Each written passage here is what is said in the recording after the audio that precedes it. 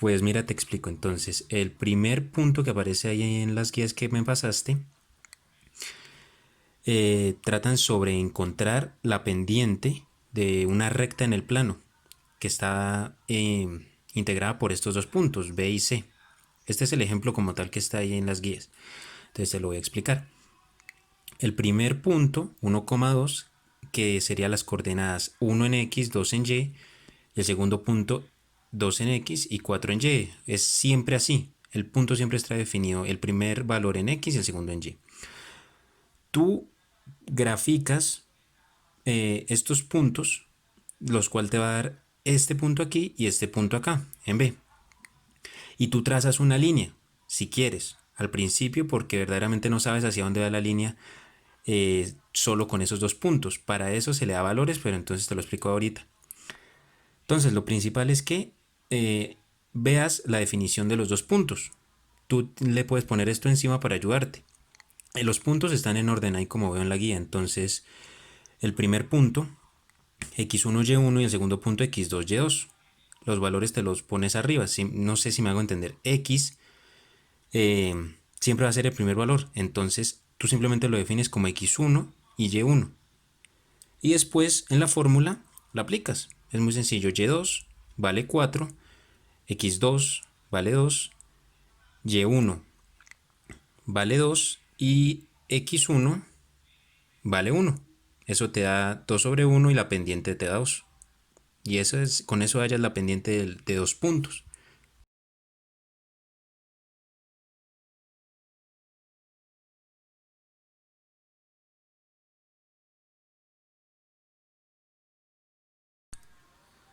Mira, la siguiente parte de las guías habla de esta función, que es una ecuación que demuestra el comportamiento de una recta.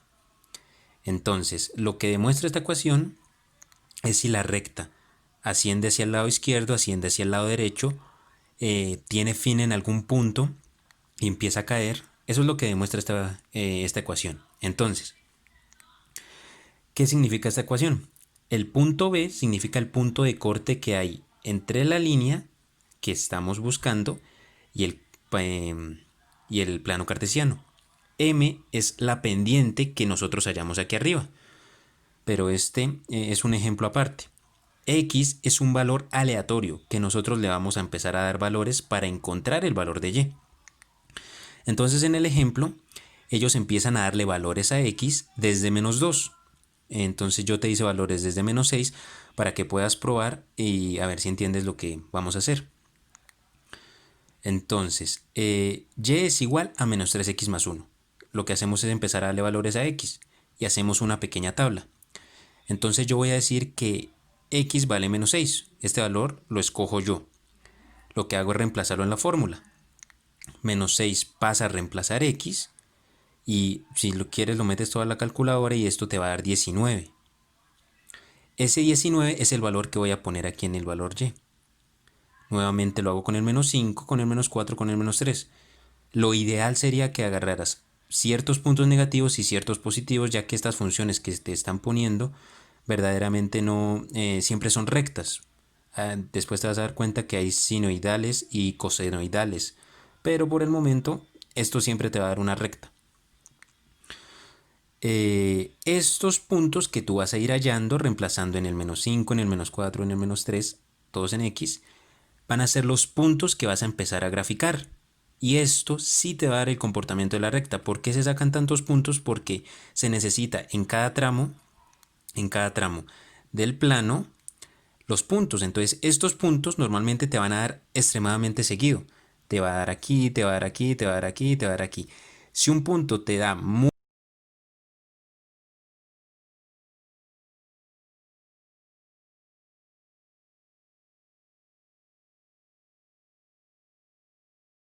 ecuación que muestran en las guías es para hallar precisamente la ecuación que nosotros estábamos utilizando ahorita. Entonces, nos dan y, que va a ser una variable a futuro, menos y sub 1 igual a m, que va a ser la pendiente por x menos x sub 1. Para esto, ¿qué necesitamos? Necesitamos el valor de la pendiente. Si te das cuenta, todo va en cascada. Desde que sacamos la pendiente de la recta hasta que pues sacamos los puntos para encontrar el comportamiento de la recta. Entonces, simplemente necesitas un punto.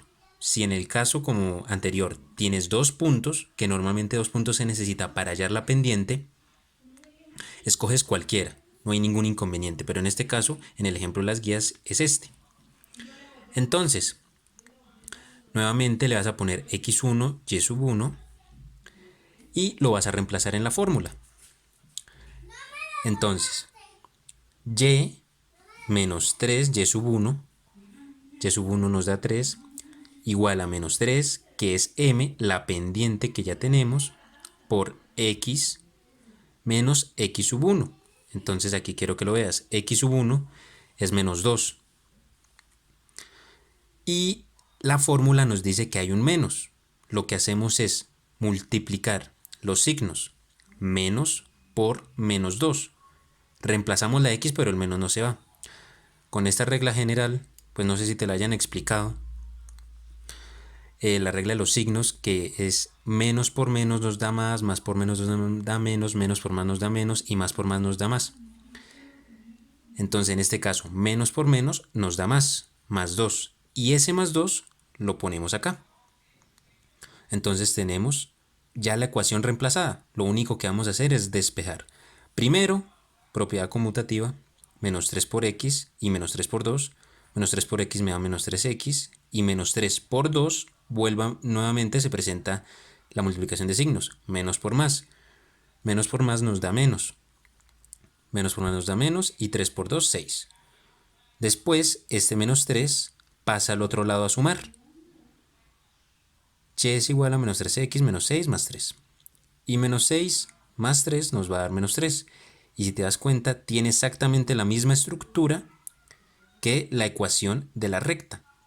Y lo único que sigue de aquí en adelante es volver a darle valores a x para encontrar y encontrar todos los puntos que pasen por esa recta y encontrar así pues el comportamiento de la recta.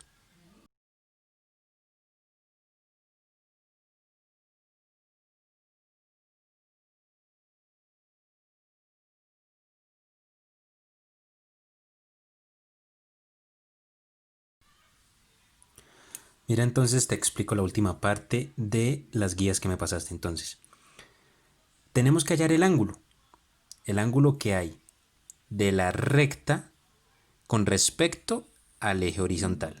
El eje horizontal se va a tomar como el eje 0 grados. Entonces, normalmente los ángulos siempre se hallan de esta manera. Y pues tratamos de hallar el ángulo con respecto a que todo el plano cartesiano cuenta con 360 grados. Entonces, en el ejemplo nos dan una línea recta. Nos dan 2 puntos, en el ejemplo sacan ya la pendiente, como te expliqué en el otro video, y nos dan esta fórmula. Pendiente igual a tangente de alfa. La pendiente les dio 3. Y el alfa, bueno, esta forma es de despejarla. ¿Cómo se despeja? Esta ecuación nos indica que está el alfa. Entonces lo que hay que hacer es despejar la tangente. ¿Cómo despejar la tangente? Si tenemos un argumento en el otro lado, argumento x tiene que ser un número, ya sea entero o fraccionario, lo que vamos a hacer es pasar la tangente al otro lado con un exponente menos 1 y vamos a poner el número en el argumento. Entonces va a ser alfa igual a tangente a la menos 1 de menos 3. Y ahora, lo que pasa acá. Esto lo puedes meter perfectamente a la calculadora. Tangente a la menos 1 está en la mayoría de calculadoras científicas. A la menos 3. Pero entonces aquí hay un inconveniente grande. Cuando nosotros hacemos esta operación tangente a la menos 1 con un número negativo, nos va a medir el ángulo no de esta manera. No nos la va a medir como normalmente lo haríamos, que sería con un ángulo positivo. Bueno, mira, ya por último, metes tangente a la menos 1 de menos 3 en la calculadora. Te va a dar menos 71.56, Como te dije, lo mides desde el ángulo negativo. Lo único que tienes que hacer para pasarlo al ángulo positivo es sumarle 180 a ese resultado. 180. te va a dar este resultado, ya va a ser el ángulo positivo respecto al eje cero. Y para pasarlo como lo aparece, como tiene ahí el ejercicio, en este botón te va a dar los grados, las pulgadas y los centímetros. Esa es la forma correcta de hacer el ejercicio. Y listo. Con eso terminarías pues ya todas las guías.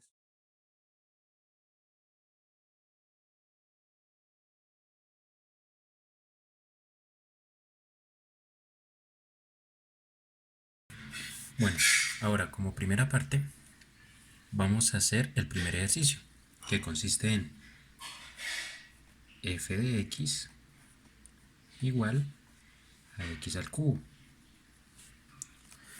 Entonces tenemos que hallar los puntos críticos de esta función. Primero hay que resaltar que los puntos críticos tienen máximos y mínimos. En algunas funciones se pueden definir, en otras no, porque tienden al infinito, tanto en su parte superior como en su parte inferior. Y hay algunas particularidades que siguen estas cosas obvias y más adelante las veremos. Entonces, para desarrollar primero esta función, tenemos que sacar su primera derivada, que es su primera razón de cambio. Entonces, f' de x va a ser igual a la derivada de x al cubo, que es bajar el exponente y después restarle 1.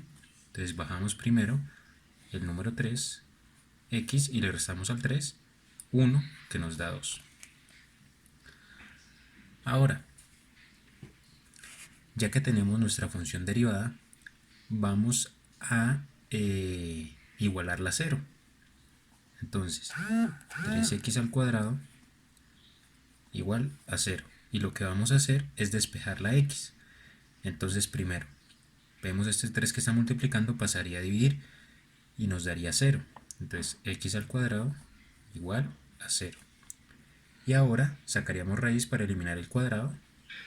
Y la raíz de 0 es 0, lo cual nos da el primer punto.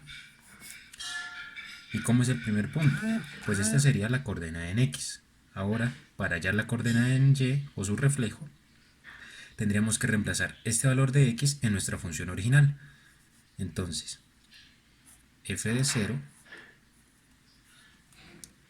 es igual a 0 al cubo, que fácilmente nos da 0. Y entonces ordenamos los puntos sabiendo que x y la función de ella misma nos dan el punto. Entonces en este caso el primer punto sería 0, 0. Y esto tiene lógica, ya que como podremos ver, la gráfica de x al cubo tiene una forma más o menos así, y entonces en el punto 0, 0 es en el único punto donde la función tiende a este valor, y hacia arriba, como ya lo habíamos dicho, tiende al infinito, y hacia abajo al infinito. Por ende su único punto crítico sería este. Expresión. Ahora, el punto crítico que nos dio en el ejercicio fue x igual a 0. Y al reemplazarlo, como lo habíamos visto, f de 0 va a ser igual a 0 al cubo, que nos va a dar 0.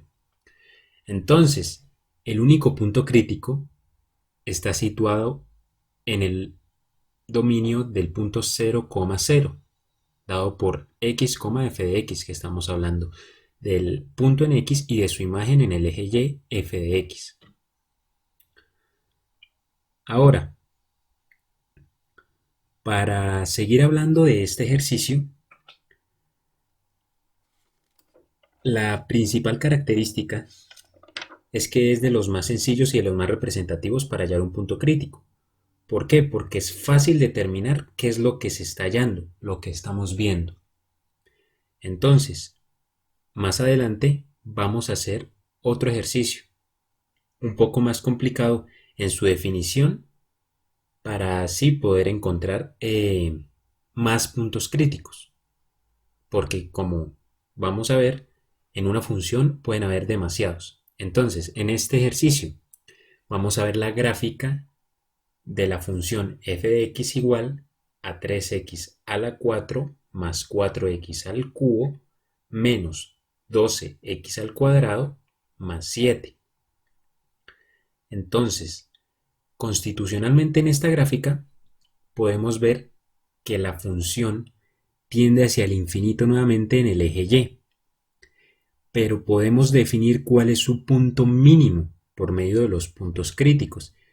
Y también podemos ver que los puntos que se detienen en la gráfica, un poco más arriba del eje X, están configurados para ser también los puntos críticos necesarios para analizar la función.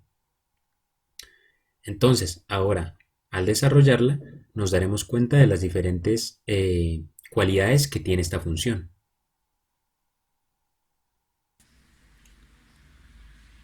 Ahora vamos con la función f de x igual a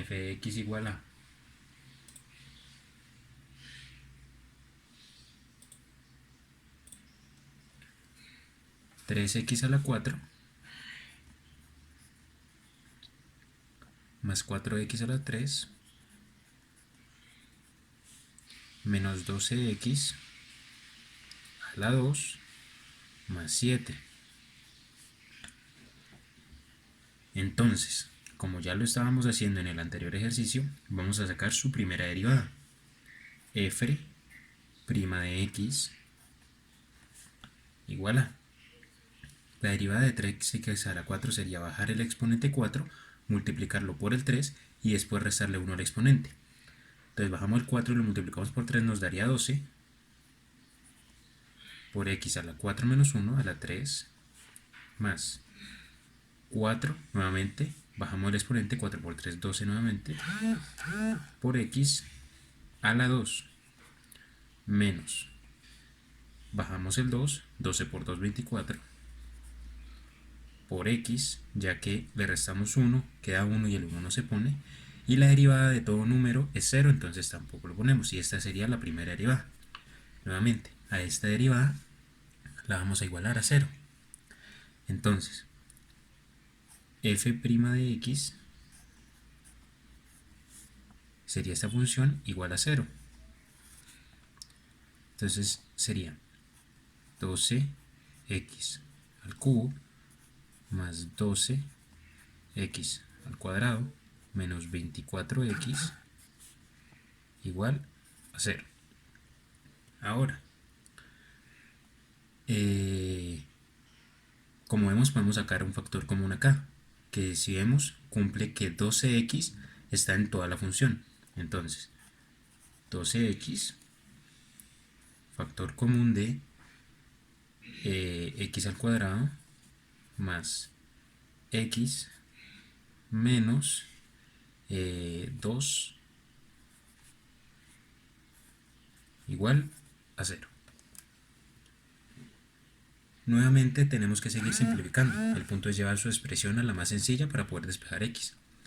Entonces, como podemos ver, esta función de acá adentro es factorizable. Entonces, 12x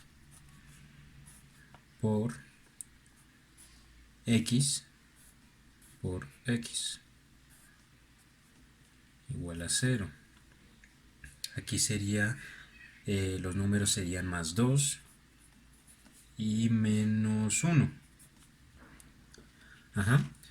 Y ahora cada expresión la igualaríamos a 0 para así poder sacar los puntos críticos necesarios. Entonces sería 12x sería nuestro primer punto crítico igual a 0, lo cual nos da que nuestro primer punto crítico en x es 0. Después sería x más 2 igual a 0,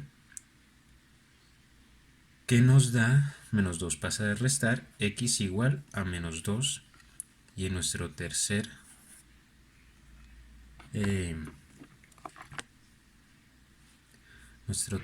punto sería x menos 1 igual a 0 y x igual a 1. Ahora, para hallar sus reflejos o sus f de x, lo reemplazaríamos en la original. Entonces, para el primero, f de 0 va a ser igual a 3 por 0 a la 4 más 4 por 0 a la 3 menos 12 por 0 a la 2 más 7. Este valor nos daría 7, ya que este valor nos da 0, este nos da 0 y este nos da 0. Así que conocemos el punto, nos daría 0 en x y en su reflejo 7. Sería el primer punto crítico. Entonces, para el segundo punto crítico, reemplazaríamos x igual a menos 2 en la función original. Entonces, f de menos 2 va a ser igual a 3 por menos 2 a la 4, más 4 por menos 2 al cubo, menos 12 por menos 2 al cuadrado, más 7. Esto es un total de menos 25, lo cual nos da el segundo punto crítico, que consiste en menos 2 y menos 25. Y curiosamente este es el punto más bajo que puede alcanzar la función que estamos tratando. Entonces, para seguir, utilizaríamos el tercer x que nos dio 1, nuevamente lo reemplazamos en la función y nos da que f de 1 va a ser igual a 3 por 1 a la 4 más 4 por 1 a la 3 menos 12 por 1 a la 2 más 7. Nos da un total de 2. Y este punto se podría llamar el más superior. 1,2 que nos consistiría en el punto crítico más alto que podemos alcanzar, ya que esta función sigue hacia el infinito en su parte superior. Ahora, al haber analizado los puntos críticos, nos damos cuenta de que calculamos tres principales, que son x igual a 0 y su reflejo f de 0 igual a 7, x igual a menos 2, que su reflejo f de menos 2 es menos 25, y x igual a 1, donde f de 1 es igual a 2. Entonces, podemos concluir que es un caso especial, en donde la función contempla tres puntos críticos y que además de esto, uno de ellos es el mínimo global o absoluto, que quiere decir que es lo mínimo que puede alcanzar esa función, pero que no se puede un máximo ya que se extiende hacia el infinito, como ya lo veíamos en la gráfica anterior. Entonces, al determinar estos tres puntos críticos, podemos saber o predecir el dominio que se es requerido para cualquier cosa de esta función o el dominio con el que se puede trabajar. Ahora, para la última función que vamos a trabajar, estamos hablando de la gráfica f de x igual a seno del argumento 3x. Entonces, como podemos ver, esta gráfica es perpetua, o sea, nunca termina. La gráfica siempre se va a presentar de la misma manera. Entonces, lo que aquí nosotros vamos a hallar es cada cuánto tiempo se presenta el punto crítico, porque es indefinida, siempre va a tener el mismo comportamiento. Y por ende, los puntos críticos se van a dar cada cierta cantidad de tiempo. Particularmente aquí tendríamos que hacerlo, para entenderla mejor, en radianes en vez de grados, porque es una mejor interpretación como tal de la función trigonométrica que estamos aquí representando. Entonces, al desarrollarla, entenderemos más de esto. Ahora, vamos con la última función, que sería f de x igual a seno de 3x.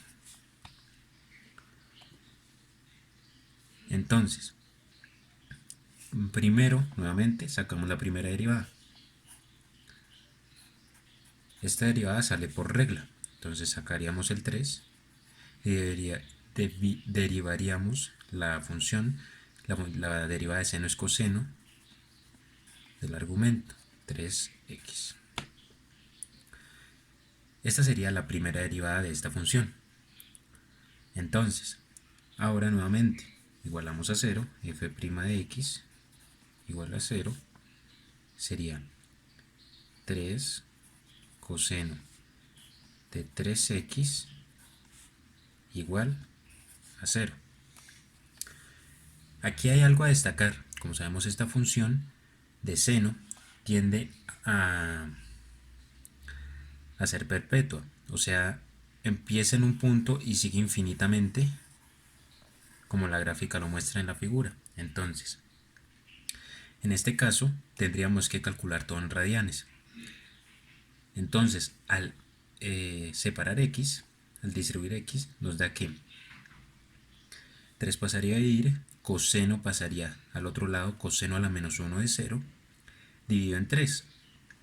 Entonces nos da que x es igual a pi sextos. Y este valor tenemos que reemplazarlo en la función original para saber cada cuánto tiempo se presenta un punto crítico. Dado que como se sigue viendo la misma forma de la gráfica infinitamente, entonces cada cierto tiempo este punto se repetirá. Cada pi sextos se seguirá repitiendo un punto crítico. Entonces, f de pi sextos es igual a seno de 3 por pi sextos. Y este valor nos da 1. O sea, el punto que se seguirá repitiendo desde este en adelante será pi sextos, 1. Y se repetirá indefinidamente.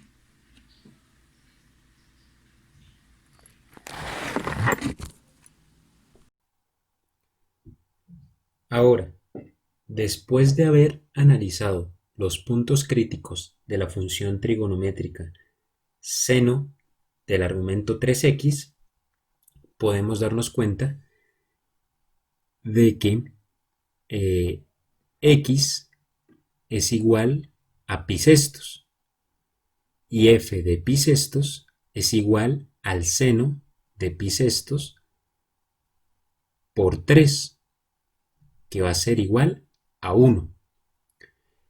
En este caso, pues aquí está representado ya, está representado simplificado, donde el punto crítico de la función o cualquier valor en el dominio da 0.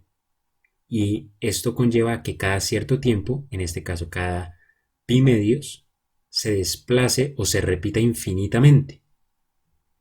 Entonces, el punto que representa esta sucesión infinita va a ser pi medios, 1, donde pi medios va a estar durante el eje x infinitamente y este va a ser el punto crítico como tal de la función.